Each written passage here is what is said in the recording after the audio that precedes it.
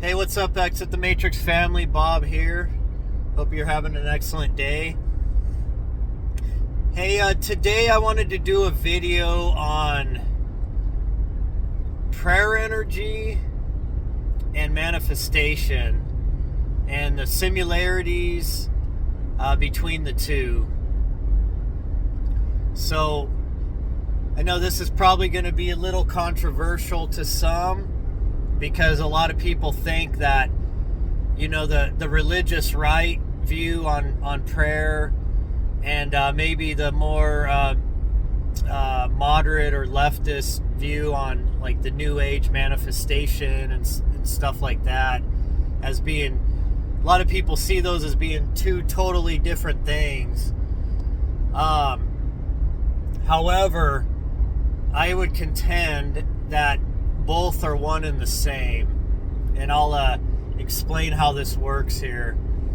And first off, I just want to explain, I think a lot of this gets mixed up in the fact that the view that people have on the creator, on the source energy, is what causes, I think, a lot of divisions amongst different ways of thinking about things like this. I don't think really people understand essentially what God is. A lot of people see God, most of the religions see God as a deity, as a humanoid deity that's essentially ruling the earth, or, observing the earth from heaven. Now, we also realize that there is some people on this earth that worship the God of this realm also. Because essentially there is an entity that rules this realm.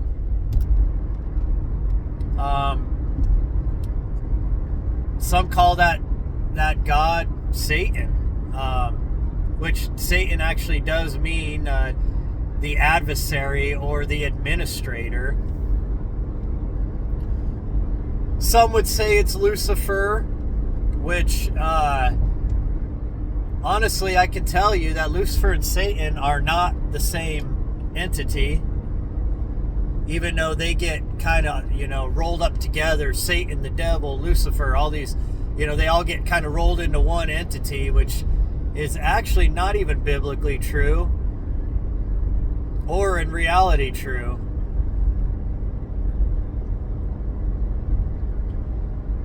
And some people, view the God of this world as the demiurge. That's what the Gnostic view was, and the Gnostics were the mystics, the early Christians of the time, before they were all chased down and massacred, and their works were burned. And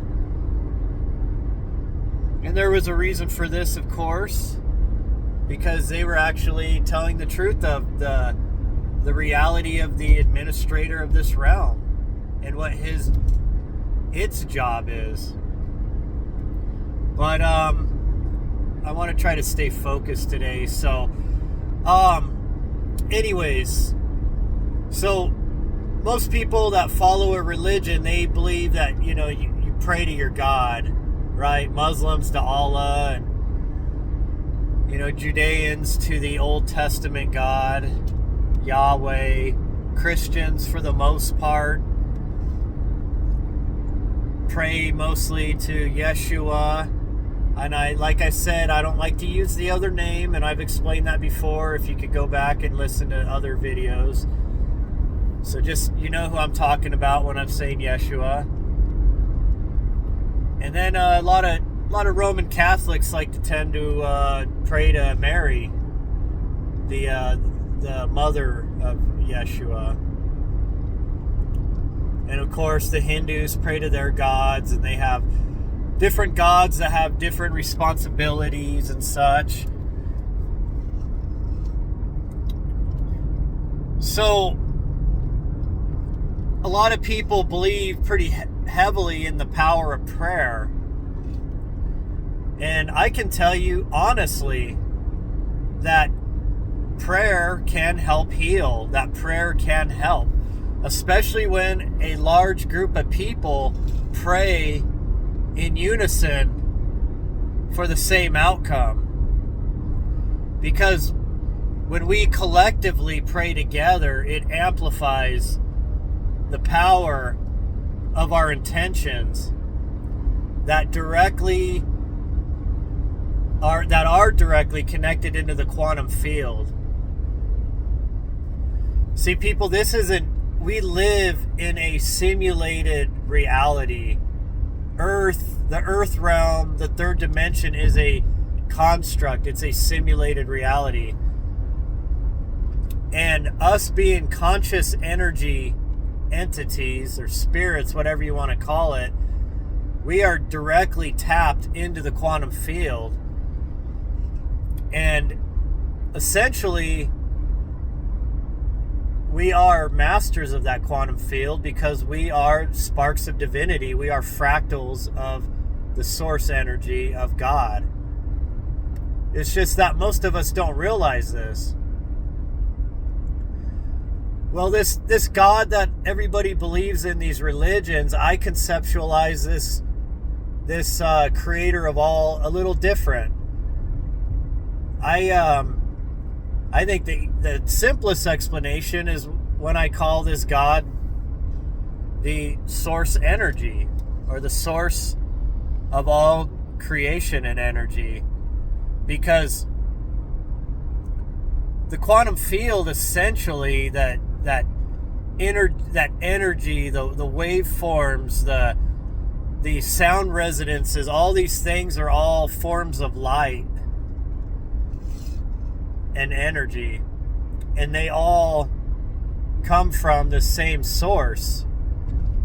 It's that if you look at the Fibonacci spiral, the source energy, or God, is that pinpoint where it all starts, and all of creation spirals out from that point. And it's an ever let's say, I don't know if everlasting is the right word to say. It's just ever expanding creation. And all things in creation, not just in this matrix, but outside of this matrix, in other realms, higher dimensions, this same source energy permeates all realms. So it isn't just that this source energy, this God, is connected to this realm. This is only one of many, many realms, people. This is one of many dimensions. I mean, you have dimensions stacked on top of each other that are just different frequencies. It's like, think of a radio. When you're tuning into a radio station and you turn that knob a little bit, and of course I'm speaking of older style radio tuners. Obviously the more digital radios, they kind of automatically take you to the best frequency. But the old ones, you had to kind of like turn it until you got it just right, just tuned in, right? Well, there was always some static, and there was sometimes it'd even pick up other stations, partly when you were in between radio stations. Well, you could essentially call those static areas almost like the voids or the separation between dimensions. But you have multiple dimensions stacked on top of each other, and essentially the vibration, each realm has a different vibration, or sound resonance. So we are directly connected into this quantum field, and we have power over it. We just don't understand this. Most people don't. So when people talk about in the New Age manifestations, I'm going to manifest more money. I'm going to manifest a new, a possible spouse, or a partner. I want to manifest, my positive things at my job, that I'll get this raise or not. People, that is still prayer. When you concentrate your thoughts, because your conscious energy on this realm,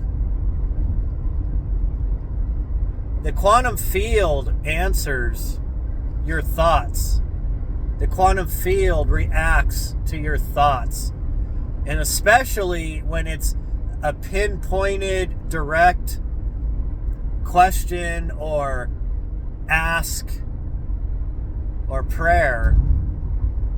Now, it doesn't always answer the way you expect it to, because you got to understand that those subatomic particles, those energy light particles, the same ones that can appear and reappear, or appear, disappear, and reappear into existence, that can jump dimensions, that can talk or connect with particles on the opposite end of the universe at the same time, they have to rearrange to make things happen. And depending on what other conscious thoughts are going against that, there can be a struggle, there can be things that can change. So when you have, like, say, a bunch of family members that are praying for the health of a family member to improve, oftentimes it will improve the person's health, because you've got multiple conscious beings connected together with the same thought, directing their thoughts into the quantum field, and it is moving around those particles to make that action happen. Now, what could stop that perhaps is that the person themselves, who is on their deathbed perhaps, or really sick or injured, it might be their time. It might be their exit point that was written into their soul contract. It may be that they are being called back to the other realm, back home, and that even your prayers are not strong enough to hold them here.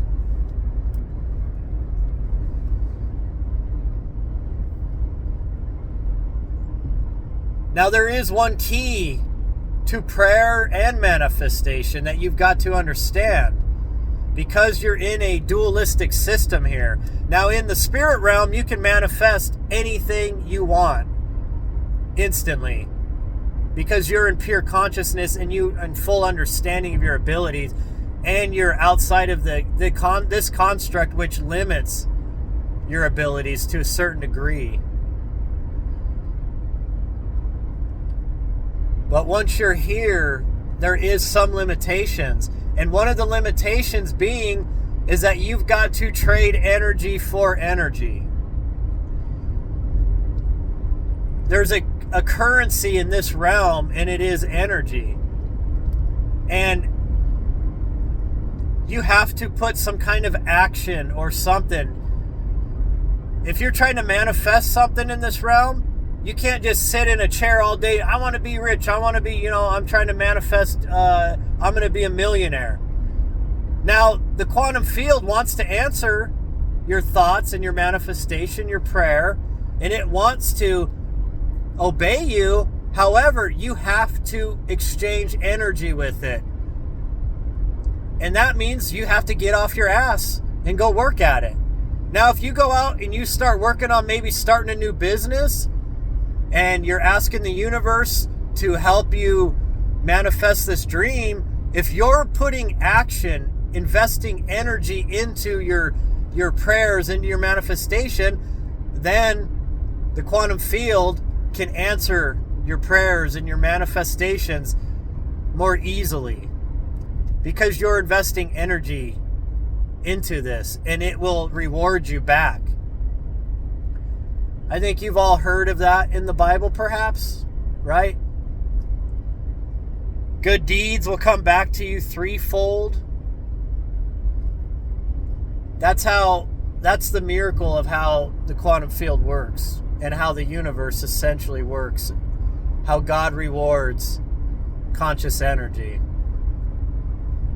So that's always the key everybody forgets. They all want everything, but they don't put in the time and the effort. You have to invest energy and action into it. Now, some things don't need action. However, your time is also a form of currency, a form of investing energy. So when you have a group of people that are praying over, say, doing some prayer healing over somebody, they're working together in unison, and they're investing their time and their efforts. And because they're with other people connected with the same thoughts, it's amplified. So there is a lot of power in our thoughts. You have to understand this, people. In your prayers, in your manifestations, a lot of times religious people and New Age spiritualists, they think that these are two separate things, but they're the same thing. And of course, religious people think that this is God answering their prayers. Well, it is essentially God answering your prayer, but it's not the way you think. It's all through energy exchange. It's through interaction with the quantum field. And because essentially you are God, you are a fractal of God. Now, I'm not saying you're the creator of all, source energy. Relax, some of you. I get attacked on this saying, you're blasphemous. You're saying you're God. You're the children of God, people. Wake up. Stop giving your power away to demons and liars. Okay? It's time to wake up. Put on your big boy britches and figure out what the hell you are, and figure out why you're here and what you're able to do. Stop giving your power to others. So many pray to the God of this realm. The God of this realm is designed to trick you into the illusion of this realm. That many that worship Yahweh or the demiurge, Satan, the devil, they're all one and the same, people. And yes, I know a lot of you going to attack me saying Yahweh's the creator of all. No, he's not. If you actually do the research into the ancient times, you'll find out that Yahweh was a deity, was not the creator of all. It's all a lie, people. You've all been lied to. You've been tricked into worshiping the demiurge, and you just don't realize it. You're giving your prayer energy to the demiurge when you call on its name. You empower the matrix when you do that. Now, there's something I do want to add in here that does tie into these old gods. The Anuna, the Anunnaki, the Watchers, the fallen angels, the Elohim. They understood all this. There's a reason why you had city-states dedicated to each of these gods. You had one city-state dedicated to Inanna, Ishtar, one to Marduk, Ra, one to this Yahweh character that so many of you love, who was also known as Enlil in the Sumerian pantheon. You had city-states that worshipped Enki, Ea, the serpent. See, these advanced or essentially interdimensional beings, in those ancient times, they understood the power of prayer. They understood the power of conscious thought, of directed thought. They understood that they grew more powerful, and their city-state grew more powerful and gained more energy the more that people would pray to them as a deity. Now, these were not gods, essentially, as in you think of the source energy. They were the same as us. They just came here in their higher form instead of coming into the human avatar like we did. So they had direct knowledge of what they were and what we are and what all this is. And they manipulated us. They tricked us into giving them our prayer energy. Now, the difference is when you pray to them, you're not getting anything in exchange. They're like parasites. They were soaking up that energy. Now, when you pray in earnest to the creator of all, to the source energy, that is going back into the quantum field for your benefit. But when you're praying to entities, you're giving them your energy, and they're soaking up. They're like parasites. Have you ever heard of loosh energy and such? Oh yes, everybody thinks that that's only like, let's just say some dark things, dark energy from people getting scared, tortured, and such. Think of Monsters, Inc. Now, there's some truth in that, yes, but many don't understand that their positive prayers can also be soaked up by these parasite beings and then they use it to strengthen themselves, their own power. And that's why back then you had so many of these beings that were claiming to be gods, and you had so many gods back then. And along the line that I've been talking about, that possibly the Anuna, the Anunnaki, the Watchers were the Atlanteans that survived the destruction of Atlantis, and that they were these highly technologically advanced people that brought that knowledge to the rest of the realm and helped build civilization wherever they went. Now, it doesn't change anything. They were still viewed as gods because they were technologically advanced, and they had a better understanding of this energy matrix that we live in. And they set themselves up as these Anuna, as these Anunnaki, and they were possibly a different type of humanoid species than we are. So it would still be the true, or still ring true with what I'm teaching here, if that's who those beings actually were, because they still understood how this realm works with conscious energy. And they figured out a way to harvest that energy off of everybody. A lot of people think that's what the pyramids were essentially, and that's why they were built all over the world, and they were built on ley lines, on energy lines. There's an energy grid that the earth is designed on top of. So, unfortunately, I'm already at work here, folks. I really want to keep going deeper with this, but from the surface, just understand that you are powerful, that you are a fractal of God incarnate in a human form, and that you are directly, consciously, and energetically connected into the quantum field. And you have manifestation powers. You have the power of prayer. Just be careful who you're giving that prayer to. When I pray, I try to talk directly to the creator of all, to the source energy. I don't give deity names, because if you understand the ancient past, you'll understand most of those names are tied to deities that are wannabe deities, that is, that these demigods and such that were masquerading as the creator of all when they were not. And so when you're praying, you're giving them your energy. When I was younger, I used to do all my prayers to Yahweh. There's no way in hell I would do that nowadays, because I understand who and what he is, or it is. And if you're doing that, maybe your prayers aren't being answered. Maybe your situation in life is getting worse, because you're essentially empowering a being that is designed to trick you into believing the illusions of this realm, and to try to trap your soul here as long as it can. So just understand this, people. When you're praying to certain people or deities, your prayers might not be getting answered, because you are giving that energy away to a false god, so to speak.